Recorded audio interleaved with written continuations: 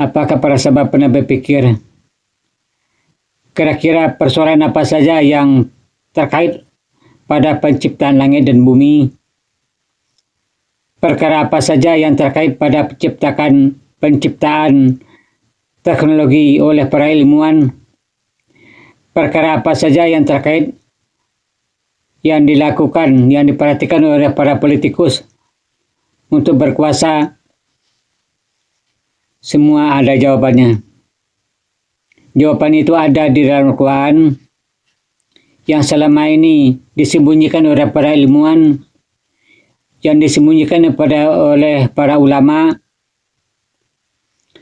Buktinya sampai sekarang saya belum bisa menemukan rahasia yang disampaikan oleh Al-Quran dan disampaikan juga oleh para ulama, disampaikan juga oleh para ilmuwan.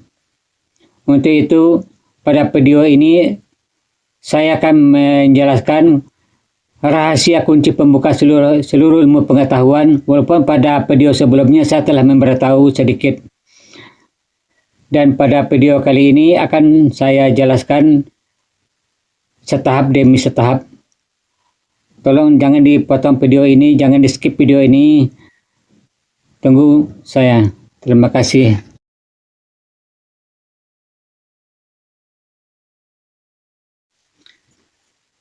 Assalamualaikum warahmatullahi wabarakatuh. Bagaimana kabar sahabat semua? Semoga kabar baik senantiasa menyertai para sahabat hendaknya. Kapanpun dan dimanapun para sahabat menyimak video saya ini, saya ucapkan selamat datang di channel Sebatas Menyampaikan. Semoga apa-apa yang saya sampaikan ada manfaatnya dan ada faedahnya juga hendaknya. Para sahabat yang saya hormati, pada video pembuka saya telah memberitahu sedikit bahwa untuk bisa menguasai ilmu pengetahuan, terlepas apapun jenis bentuk rupanya, semuanya ada rahasianya. Rahasianya sama. Dan sayang serbu sayang, rahasia ini tidak pernah saya menemukannya sampai sekarang yang disampaikan oleh para ilmuwan atau yang disampaikan oleh para ulama. Entah apa sebabnya saya juga nggak tahu. Tapi yang jelas rahasia pembuka ilmu pengetahuan ini ada di dalam Al-Quran. Sebenarnya pada video pertama saya sudah memberitahu sedikit bahwa untuk bisa menguasai ilmu pengetahuan itu ada 6 perkara. Saya menamakannya rukun 6. Yang pertama, kita tinjau dari segi ilmu bahasa. Yang kedua, kita tinjau dulu dari segi tujuan atau fungsi. Untuk apa sesuatu diciptakan, tujuannya untuk apa atau fungsi untuk apa. Yang ketiga, kita tinjau dari segi pasangan atau jenis. Yang keempat, kita tinjau dari sifat atau karakter. Yang kelima, kita tinjau dari segi ketetapan aturan hukum atau qada. Yang keenam, kita tinjau dari ketetapan batas ukuran suatu persoalan atau yang kita kenal juga dengan qadar. Berikut ini adalah gambar alat peraga yang membantu semoga bisa membantu para sahabat untuk mengerti apa-apa yang saya sampaikan. Kemudian pada bagian berikutnya ada alat peraga juga. Ada gambar satu. Gambar satu adalah yang saya maksud adalah kita tinjau dulu dari segi ilmu bahasa. Jika kita bicara ilmu bahasa, maka pasti ada kaitannya dengan tujuan atau fungsi. Jika kita bicara ilmu bahasa, pasti ada kaitannya dengan pasangan atau jenis. Jika kita bicara tentang ilmu bahasa, pasti ada kaitannya dengan sifat atau karakter. Jika kita bicara ilmu bahasa, pasti ada kaitannya dengan ketetapan aturan hukum atau qada. Jika kita bicara tentang ilmu bahasa, pasti ada kaitannya dengan ketetapan batas aturan hukum atau yang kita sebut dengan qadar. Sekarang, jika kita bicara masalah tujuan apa tujuan tema yang kita bahas, atau apa tujuan Allah menciptakan sesuatu, atau apa tujuan ilmu menciptakan sesuatu, apa fungsinya. Nah, dia tuh ada di urutan nomor 2. Jika kita bicara masalah tujuan, pasti ada kaitan dengan ilmu bahasa. Jika kita bicara masalah tujuan atau fungsi, pasti ada kaitannya dengan pasangan atau jenis. Jenis-jenis tujuan itu kan banyak.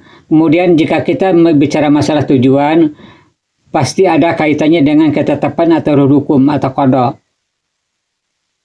Jika kita bicara masalah tujuan, pasti ada kaitannya dengan ketetapan batas suatu ukuran atau qadar.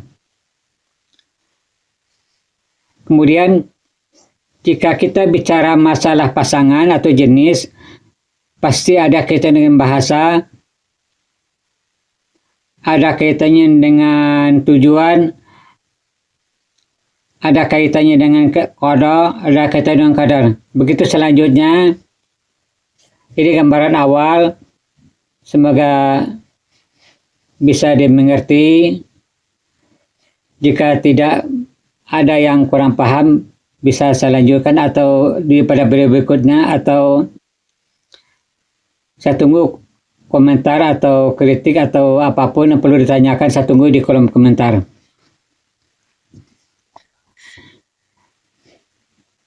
Itulah sedikit gambaran bahwa untuk bisa menguasai ilmu pengetahuan ada rumusnya. Dan pada video ini saya berharap sangat pada ilmuwan, termasuk ahli fisika,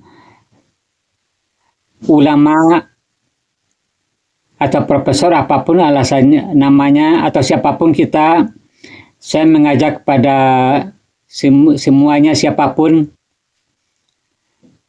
untuk sama-sama belajar, sama-sama menggali rahasia kunci yang saya tawarkan tadi, karena kunci-kunci tadi semuanya ada di Al-Quran. Kita bicara bahasa, Al-Quran telah menjelaskan bagaimana ilmu bahasa. Kalau kita bicara masalah tujuan, Al-Quran sudah menjelaskan bahwa segala sesuatu Allah ciptakan pasti ada tujuannya, ada fungsinya. Sama dengan halnya saya menjelaskan gini, menempelkan ini pasti ada tujuannya. Saya menempelkan ini pasti ada tujuannya. Saya menempelkan ini ada tujuannya. Saya menempelkan ini ada tujuannya. Kemudian Allah ciptakan sesuatu pasti ada pasangannya. Tidak ada satupun ciptaan Allah yang tidak ada pasangannya. Kemudian apapun yang Allah ciptakan pasti ada sifatnya, ada karakternya. Dan itu karakter atau sifat itulah menjadi ciri khas sebuah ciptaan Allah itu sendiri. Kemudian apapun namanya ciptaan Allah, pasti ada aturan hukum yang berlaku padanya. Kemudian apapun ciptaan Allah, baik dari segi bahasa, baik dari segi tujuan atau fungsi, baik dari segi pasangan, baik dari segi aturan, semua ada batas ukurannya, ada kadarnya. Tapi tidak mungkinlah saya menjelaskan secara panjang lebar pada video pertama. Yang kedua ini, karena saya batasi dulu sedikit waktunya agar tidak membosankan kepada sahabat semuanya. Dan untuk lebih lanjutnya akan saya jelaskan pada video berikutnya, bagian yang kedua. Mohon bersabar, dan kapan itu videonya saya buat, silakan like, tekan subscribe. Kalau kritik dan saran saya tunggu. Apa tujuannya menekan subscribe? Jika para sahabat telah menekan itu, berarti para YouTube akan memberitahu para sahabat bahwa kapan saya akan mengirim video berikutnya. Terima kasih. Assalamualaikum warahmatullahi wabarakatuh.